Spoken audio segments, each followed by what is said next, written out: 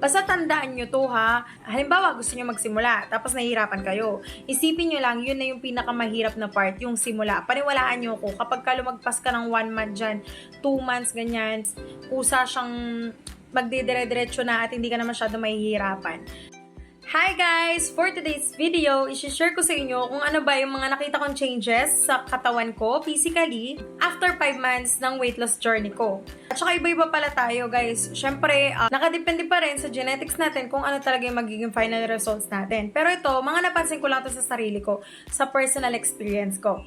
Number 1, syempre, papayat tayo. Yun naman talaga yung goal, di ba? After 5 months ng journey ko, from 74 kilos, 53 kilos na lang ako. Marami rin akong cheat day nun, pero buti na lang sobrang galing talaga ng Caldef din talaga. Ang nangyari naman nun is, nililimit ko pa rin, tapos pag hindi ko talaga maiwasan, kinabukasan babawi ako. Ganun guys, ganun yung ginagawa ko. O kaya, yun nga, nagwe-waist twister ako para at least, kahit pa paano, hindi pa rin ako nalalayo doon sa goal ko.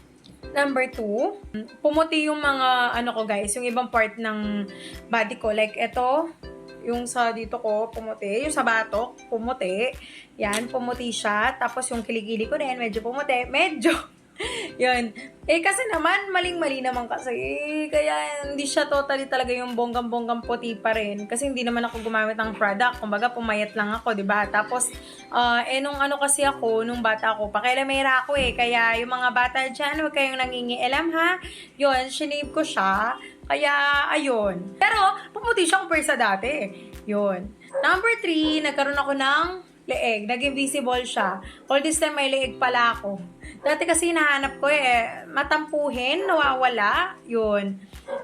Yun siya guys. Yun yung pangatlo ko. Number 4, lumiit din. Lahat ng liliit talaga. Unang lumiit sa akin guys, tiyan. Yun yung una. Maglalawlaw siya guys ha. Ganun yung magiging atake niya. Lalo hindi naman ako talaga nag-exercise. Kumbaga, sabi ko nga sa inyo, ang ginagawa ko lang is nag-waist twister ako or jumping rope, ganyan, kapag ka napasobra ako sa kain or cheat day ko. Yun lang, pero yung workout talagang hindi. So, yun, lumiit po lahat. Pati po yung natin, akala ko pa naman mapagmalaki ako. Kala ko sa amin, ako na yung may pinakamalaking, pero fake news pala yun. Puro fats lang pala siya. Opo. Kaya nawawala na rin siya ngayon. Yun ang nawala, hindi na yung leeg. Kaya swerte talaga yung mga magaganda yung jeans dyan. Kung talagang malaki yung mga joga nyo, kayo na. Charot. Number 5 naman, physical. Ano pa ba?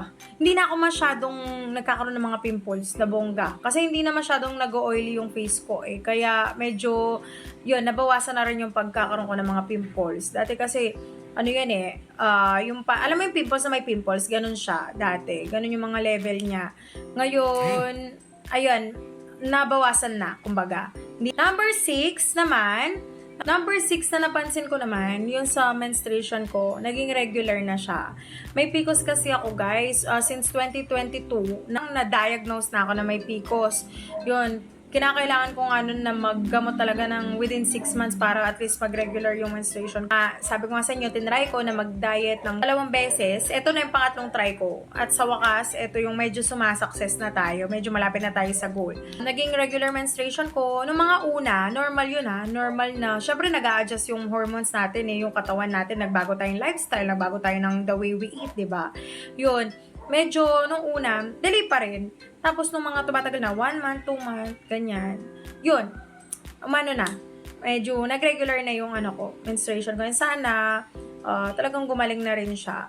Syempre, yung pinaka-goal din natin, yung health natin. Yun lang guys. So far, yun pala yung mga nakikita kong changes sa body ko physically guys ha. Yun. And kung halimbawa kayo is mayroon din kayong mga ibang gustong i-share, feel free to comment para at least mamotivate din natin yung mga ibang katulad natin na nag-i-aim na mag-lose ng weight para sa health nila. Yun lang guys. Road to our weight goals. So, laban lang!